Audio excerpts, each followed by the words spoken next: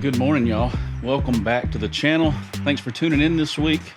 This week is going to be another update video on the camper build, the tiny camper build. As you can see, I got the suspension back on it. We're going to be upgrading that suspension today. See that big old pile of boxes behind me? We got a brand new set of wheels from wreckstuff.com we're going to be installing on this thing, and I picked out some really nice ones. It's going to look good. But I've also gotten a lot of stuff done. I can't remember where we were at in the last episode with you guys. I don't think the suspension was on, and I didn't have the tent completely mounted. Both of those are checked off the list now. The tent is permanently mounted on now. It's completely sealed up. The porthole going through the inside is all sealed up, and I've actually got a lot of the wiring, probably 90% of the wiring on the inside of the front. Now, I haven't made it to the kitchen yet. I'm gonna build this. I think I told you guys last episode.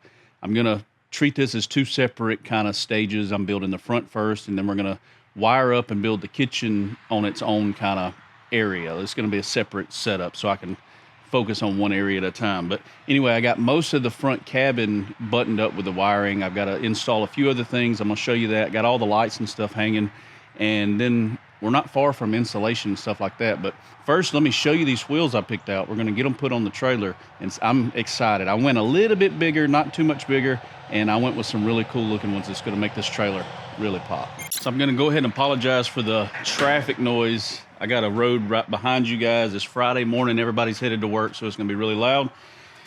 But I wanted to show you these wheels before we stuck them on there, because they are awesome. If you guys didn't know it, wreckstuff.com, I'll put it right here on the screen. I've been partnered with these guys for a very, very long time, and the truth is even before I was partnered with them, before I started doing all these trailer builds on YouTube, I was ordering all of my wheels and tires from wreckstuff.com anyway for every trailer build. My bass boat, if you guys remember my nitro bass boat, I restored, I think last year here on the channel. We did the trailer, the boat, the gel coat, the carpet, everything. Those wheels come from wreckstuff.com. My kayak trailer builds, if you know my Hobie, my green machine, I've got set up on a really nice kayak trailer we built here on the channel. Those wheels come from wreckstuff.com. My double kayak trailer that we built here, I think 2 or 3 years ago, those come from wreckstuff.com. Every set of trailer wheels that I get, I order them from there, and the reason is it's simple. You go to wreckstuff.com, you can find the size you need. They will literally mail you the wheels and tires already mounted up for you, so you don't have to get the tires in, get the rims in, and then take them to a tire shop somewhere and get them set up. You can just pick out what you want, verify the lug pattern and everything right on the website, and then they'll ship them to you. And I got these in 2 days from the day I ordered them, and the shipping is always really fast.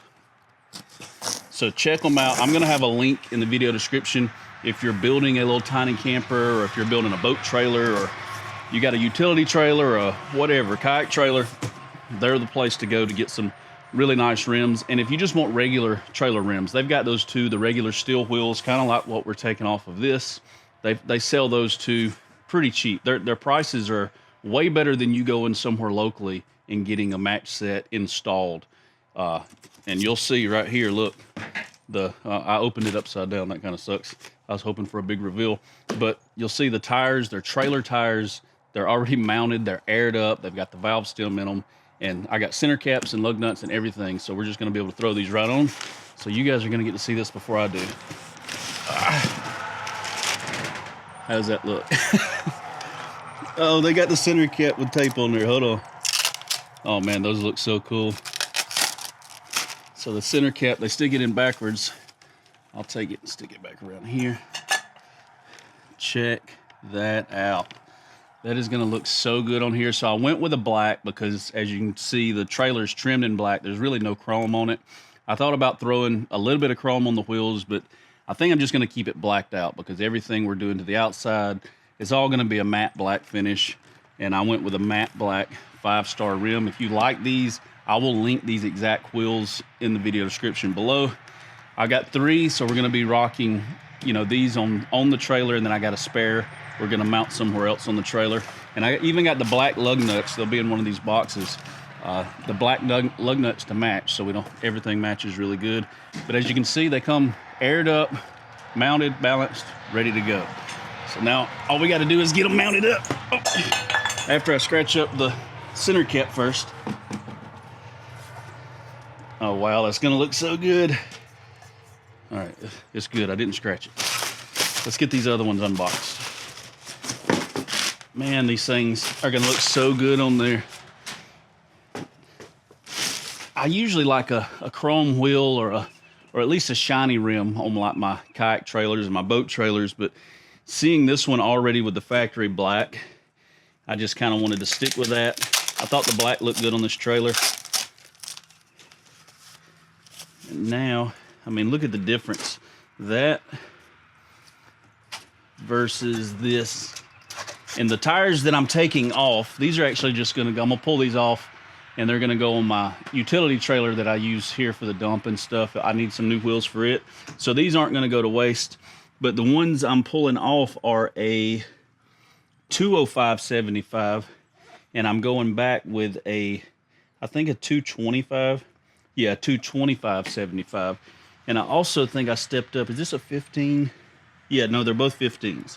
So I stayed with the 15. I just went up from a 205 to a 225. And all that really did, I think it's about a 1.2 inches taller. So it's not much taller. And it should look really good on there. And these are trailer tires. So let's get them on. I gotta find the lug nuts. You can also see how well they package these boxes. Well, you would be able to see if I had you aim the right way. Or how well they package these tires. They don't just show up like I have in the past. Ordered wheels for, I think, something for my dad. He found some he wanted, and I ordered them, and they literally showed up to my house just as the tire and wheel. No box, no wrapping, no nothing. The UPS guy just got off the truck and rolled them up and set them up against my garage door, and they were scratched up. And you know, I haven't seen that with Rec stuff. Their stuff is packaged really well. Even if they were to ship you the wheels outside of a box, like if it's a big wheel that you went with already mounted, they still wrap it and protect the rim and the tire and everything. So, but 90% of the time they're gonna be in a cardboard box with all of your accessories and stuff in here. Like this one has all of our lug nuts, all the matte black lug nuts. And the third wheel.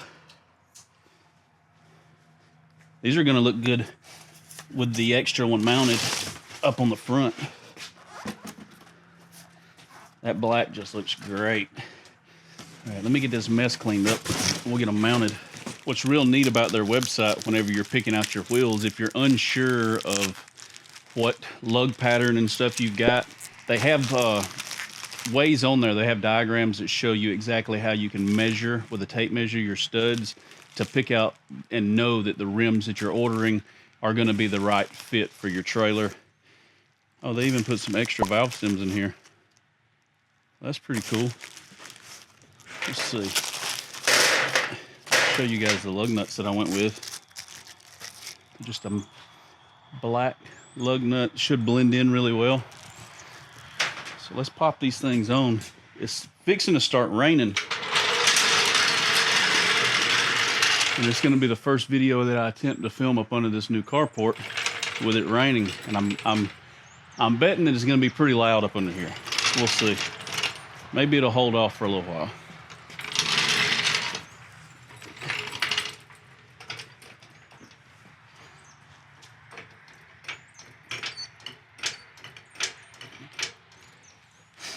I also had an idea for this trailer. I just keep getting these ideas as I'm building it, and I'm writing everything down, trying to take note. I do think that once we're done with the build, I'm gonna redesign these fenders and make them where they're a walk-on, because right now these aren't really a stand-on fender. I may refab my own fenders and have them Line-X'd so that everything looks good, but have them tied into the actual frame so I can stand on them. And I'm also considering adding some airbags or air shocks to this trailer when we're done, so that I can kind of adjust the air on either side to help me level it out better, instead of just using leveling blocks in my 4 corner jacks that they're actually here. I'm going to be installing this week as well, but I think using airbags back here might make it tow better and have it easier to level out at campsites. I thought that'd be pretty cool.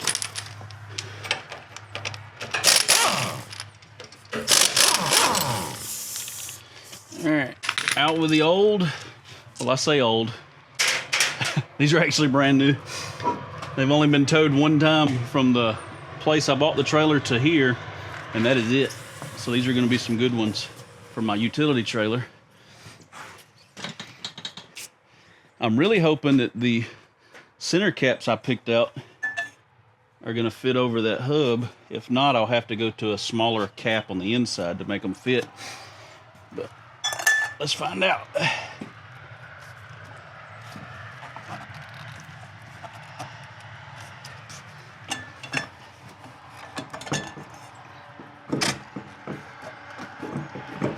I may have to jack it up a little bit more.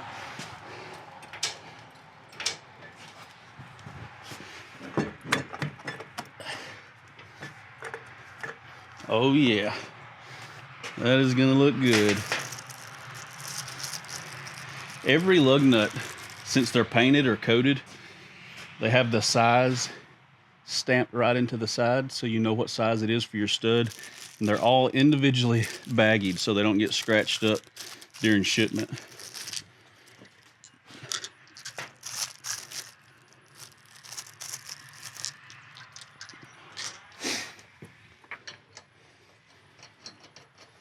Man, that looks good. And that little bit taller of a profile, going from a 205 to a 225, it just gives a little bit more of a meatier look here and about 1 inch taller. I think it's going to fill up that fender well pretty good. And in the future, I may switch from trailer tires to a more aggressive tire, like an off-road tire to match the truck. But honestly, I mean, I'll do it, but the only reason I would do it is for looks, because adding aggressive tires to a trailer, there's no real benefit in it other than the look. You don't have anything, you're not pulling with those wheels. Well, these are just, I'm towing these behind me, so having meatier tires doesn't really affect anything. If anything, it actually hurts it, but we like the look of it, so eventually I may swap these tires out, keeping the wheels, of course, but swap the tires out for a more aggressive looking wheel. Now I got to be careful not to scratch this thing up when I'm putting these on.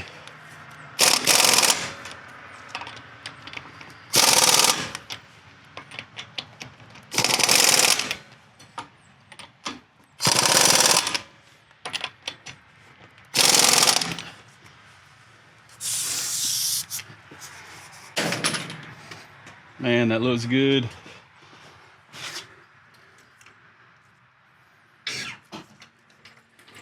And the center caps fit just right.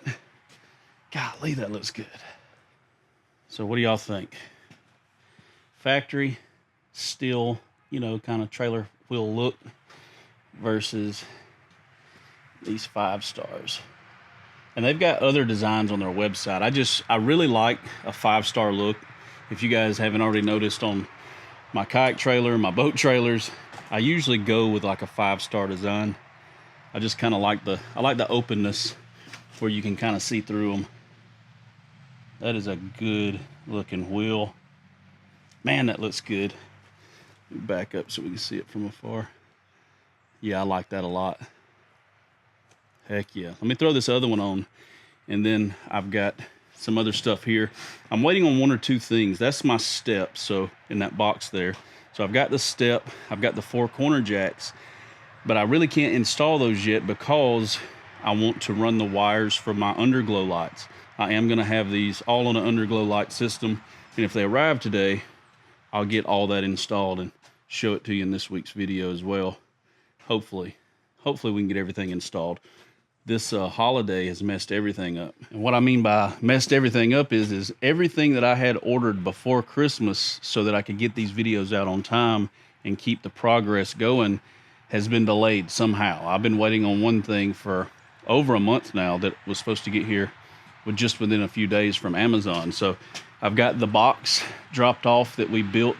You can kind of see that I've already got riv nuts installed into this trailer. I can't wait to show you how this thing turned out.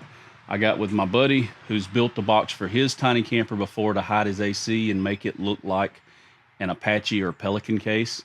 And I dropped the boxes built. I got it mocked up on the trailer, and I'm having it Linexed, and they should be calling me today to let me know that it's ready. Once I pick it up, I'll show you guys that. That is going to be awesome. You'll never know there's an air conditioner hanging out of the front of this thing. But and if I can get that today and the underglow lights show up, I'll be able to knock all this out and hopefully show it to you in this video. But let me go ahead and button up these wheels. I think the spare tire, in order to keep the tongue weight up here, because that rear kitchen is going to eventually get kind of heavy. So I do want to add some weight up here because you definitely want tongue weight on the front of your trailers. I may end up adding the spare tire holder here. I think it'll look good, and plus I'll have a spare tire on the trailer that matches the wheels just in case we ever have an issue.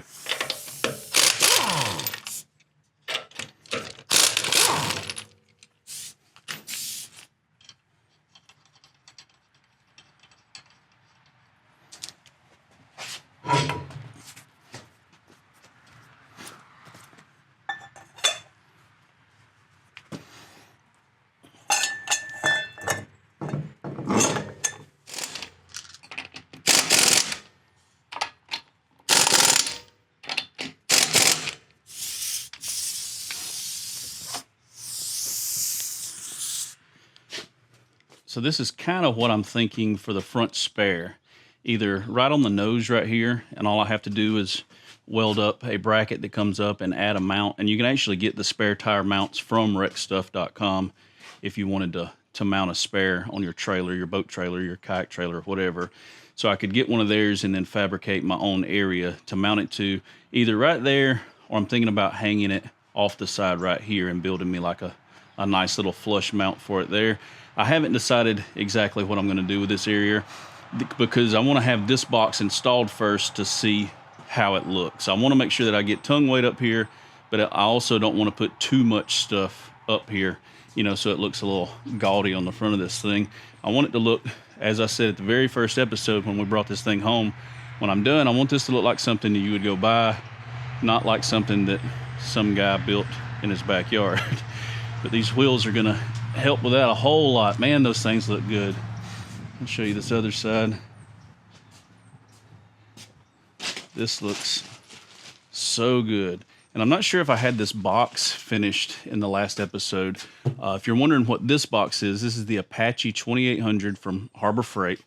And what I did is I mounted this box and sealed it to this wall. So it's completely sealed up right there. And the plan for that, and I know a lot of you guys who've watched all these episodes already, you know, but my port is going to go from here up to the porthole of the tent, and that is going to have a built-in fan. So when we get there, I have a hose that connects to the tent, and it's actually going to recirculate either the hot air, if we want hot air, or cold air from the AC, from the inside of the camper up to the tent. And I guess I'm going to open this thing up really quick because I just checked the radar. Rain is on its way, and I'd like to be able to show you some stuff before we get rained out. Let me open this door all the way. And I'm actually already looking at options for strut mounting this door so that my goal is to have it open up at a 90. See, right now it's wanting to shut on its own depending on the angle of the trailer. But I want to strut mount this thing on a 90, and I'm going to put a fold down table here for our cook stove and everything with our sink and everything lined up. But for now, I'm just going to swing this bad boy all the way open so that the wind don't slam it on me. And I'm also mocking up the brackets for our shower awning that will be mounted to this side. Got a lot going on. I'm just trying not to, I got to focus on one thing at a time. This is something that I haven't showed you guys yet. Let me open this all the way up, or that creaking will drive me nuts. This handle I installed, and it is completely bolted. I've got it riv nut, and I added framework on the inside. See the steel frame I welded in? And I added this, and I added this bar here, and I'll show you why in just a minute, but I added this so that I could permanently install an actual handle to get up and down out of the camper, because we've got the step that's going to go here. It's actually in that box right there. But that step, once it's mounted, we'll have a step here, and then we'll have a little grab handle to get up and down. And believe it or not, this handle has been in a baggie, brand new, for 6 years at my house, 5 or 6 years, ever since I bought my toolbox, because this is a handle that come with my toolbox. And since my box is built in to my setup in there, I never wanted a handle, so I never bolted the handle on. And it's just been sitting in the bag in one of the drawers. And I was like, man, that thing looks like it would be perfect for my camper build. And I think it is. I think it's the perfect size just to have a little grab handle for, when we step up right here, we grab this and get in and out. I think it's a good little spot for a handle there. But hopefully you can see I've got wires dangling everywhere. I've got my little recessed lights. These are hanging everywhere. I've got 1, 2, 3, 4, 5, 6, 7, 8 of these little, I think they're 2.5-inch flush mount 12-volt lights off of Amazon. And if you're building something or you see something in this video that you're wondering, hey, where'd you get that? I will have links in the video description to everything. I'm putting together a list as I'm building this trailer of everything that I use for this build, and I will have links down below with discount codes if I have them next to the links. But you can see what I've got going on here. So I've got the TV mounted, and that TV actually works great. It's a brand new little 32-inch TV I picked up at Walmart. And while I've been out here running wires and kind of hooking all this up, I had the drop cord pulled out, and I got to watch the football game outside in the camper while I've been running all these wires. But the wires are ran for this side only. Now, I haven't started the kitchen. The kitchen is going to be on its own circuit. This side is going to be on its own circuit with the 12-volt and the AC being separate circuits. And you'll see in the upcoming video, I'm waiting on one thing to come in for me to finally have everything wired up. I've got the batteries. I've got the solar controllers here. I'm just waiting on my inverter to come in. And once it's here, I went ahead and put a back wall up in there, which it'll come back down once we're done, and I'll cover it and make it look good. But I put it there so I can start mounting everything. My fuse box will be mounted there. My 30 amp shore power connector will come through this back wall somewhere. Our water tank is going to be over here on this side. But I went ahead and mounted that wall so I could start mocking up and figuring out where everything's going to hang, because I want this to look good. Whenever I open this bed up, remember this bed is going to hinge up with struts for us to access everything. And I need to lay it all out so that it looks good. I'm going to put lighting on the inside, and we'll be able to see, if I need to get in there and work on something. And I just want it to all look good from the inside and out. I'll show you how I've got everything wired. A lot of you guys have asked me in the past on how I wire stuff in my kayak or these trailers. And this is as easy as it gets, guys. You see this little connector right here? I can't remember what it's called. I'll put it on the screen what they're called. And I'm sure that people have different names for them. But I use these because they are so simple. They're literally like, okay, so I'll show you. I've got them everywhere, as you can see. Everything is tied in, and I've even added some exterior ports for the 270. I'll show you that once we step back out. But this is going to be 2 separate switches here. So this is the porthole, obviously, that leads into the rooftop tent. Now the mattress is out, and everything's kind of poking through the hole. But this ceiling is going to wrap around and come up here.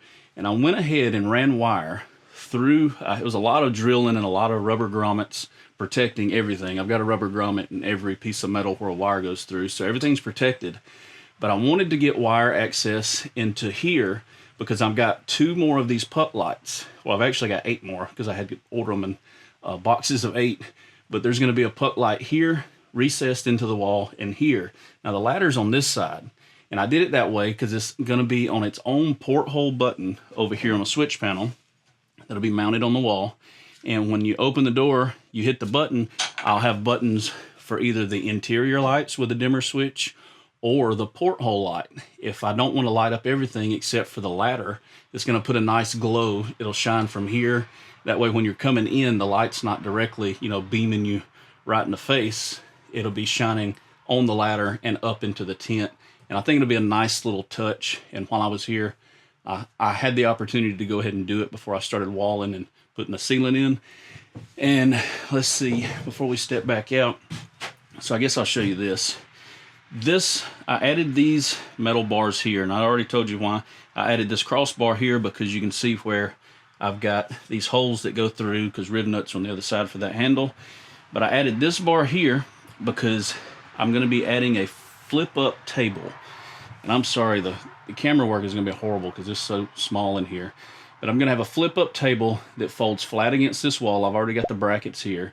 And it's going to fold up, and I'm sitting where the bed's going to be right now. So imagine sitting here, having my window here, and this is going to be a good-sized table, actually. It's going to fold up, and it's going to sit right here so I can eat. There'll even be enough room if we have to, like if it's pouring down rain and we're sitting inside and we want to watch TV by the fireplace with the air conditioner on, we can sit right here and eat together and have a good view at the lake or wherever we're at, the mountains, and have a table here. And I'm going to do this table to match this table. So this bench, this triangle style bench top, I'm going to do them. I'm going to try to get, if it's not too expensive, I want to get a cutting board material, like a thick cutting board. And I want to stain at least 3 things in this camper to match. I want to stain this to match this. So this will be made out of the same cutting board material that folds up to make a really nice table. And this will be the same material stained to match. And then this back wall here, which is not there right now, but there's going to be a wall here. I'm doing a cubby board, kind of like a, not actual pantries with doors, but I want to do 3 areas here with little oblong openings, you know, made out of the same style wood with the same stain so that everything matches. But I want to do a little shallow cubby right above here, because if not, this wall is just going to be blank anyway. And this wall, I'm almost 90% sure that I'm going to add another window. Now that I know that the shower on the outside is going to be on this end, it frees up this wall for me to add another window, and I think it'll be worth it. Now, let me step back out here. Phew, it gets warm in there when you hang out too much. So the lighting for the outside, I've got this ran on its own circuit. This is a KingPin, one of their new ones. It's got the red bulb option in it, so you can change it from red to white, and you can also dim it. That's on its own switch for the door light. And then I added this guy right here. And this is something that I definitely wanted to make sure I added. So this is my top oak 270 awning, and it's got built-in lighting. You know, I've got several videos on this awning. I absolutely love it. And when it's completely open, there's lights on every bar that comes out that face down, and it gives a really nice light. The only downfall with it is it comes with a really long USB cord that you have to plug into a power source from somewhere, you know, in order to have lights. And I didn't want to have to, every time we set up camp, I didn't want to plug up this cord and stretch it down to a power box and have to set a power box on the fender or something like that. I wanted this to be clean and as simple as possible. So I installed a USB port that's going to be on its own button inside here that'll be labeled 270 awning or 270 whatever. And then right here, you can see I've got an outdoor 12 volt waterproof USB port. It's actually got dual USB ports here, which is also something that's going to be really cool because my wife likes to hang up those little camping fairy lights around the outside of the awning. It looks really cool. I know you guys have seen them. Little copper wire you plug in with a USB, and you can string them all the way around your camping area.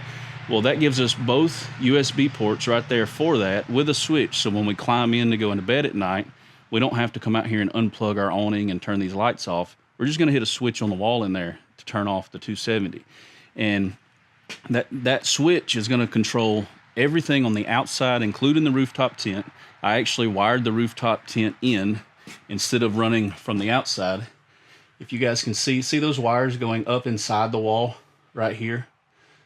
That is its own circuit, and it goes through the wall. And once that's covered, you know, everything's going to be hidden. That'll be in the wall, so you won't see it. I've got rubber grommets protecting it.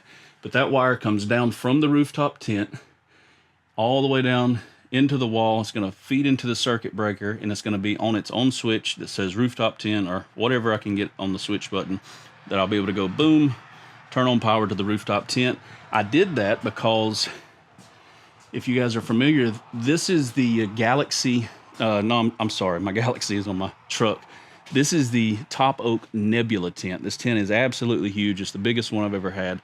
It's from Top Oak. Definitely check them out. It'll be linked in the video description. It pops up this way and then also hinges up in the back and gives a huge profile in there for my wife and I and the dogs to be able to get in there and sleep. But they come with built-in power ports on the inside, and the way they hook up, or the way this one did hook up, As you can see, I've got the hole little right there. Used to have an Anderson plug mounted to the bottom of the tent, and what you do is you plug up the tent from the outside. Well, since this is going to be a permanent build now, this tent is now part of this camper. Let me see if I can get this up here and you can see.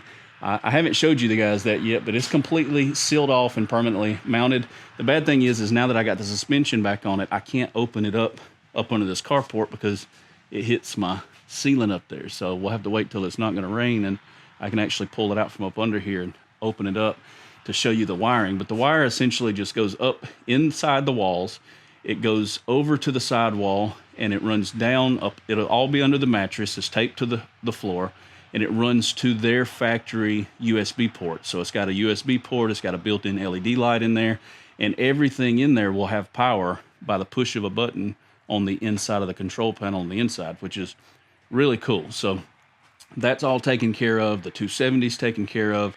I'm trying to button up everything in the front, and then once we're done with that, we'll move forward to the kitchen. That's when I'm going to do the pantries. This side will have lights up under the pantry, lights inside the pantry, lights on the outside. So it's all going to have to be on its own switches. I don't want to put it on the same switch over there because every time I turn something on in the kitchen, I don't want to have to walk, around here to turn something on. It's going to be on its own switch pad, probably right in here somewhere, but I got to make sure all the wires are ran before I start putting up any walls. There's one more wire that I'm probably going to run, and you'll probably see it in the upcoming video. I've been mocking up brackets to do this. Let me shut this door to show you. So I'm going to go with this top oak shower. This guy right here. It matches my tent and my awning. It's super thin and low profile and lightweight, and it's one of those pop-out showers that just pulls straight out. And what I'm going to do, since I've got the 270 awning over here, and it takes up this whole side, which is fine. Then when you come to this side, we've now got this built-in ladder, which is awesome. If you didn't see that video, you definitely should check it out. Watch this. Pull this down, and now I've got a ladder to climb up and down to the tent. But since this is here, I thought originally that my shower was going to be here. But since this ladder is right here now and it hinges this way, I really can't mount anything on this wall. That's why I said a while ago that I'm probably going to be adding a window here, because I think it makes sense that if I can't mount anything here, I might as well go ahead and install a window now. It'll cost me $100 to do it, and I won't regret not having a window there later. It'll be right above the bed, but that'll be the plan for that. So that opens up this area for the shower. So the shower is going to run here across the top, and it's going to pull straight out and drop down to give us a place to shower. And since I now know this is where it's going to go, I'm going to mount the water heater out here.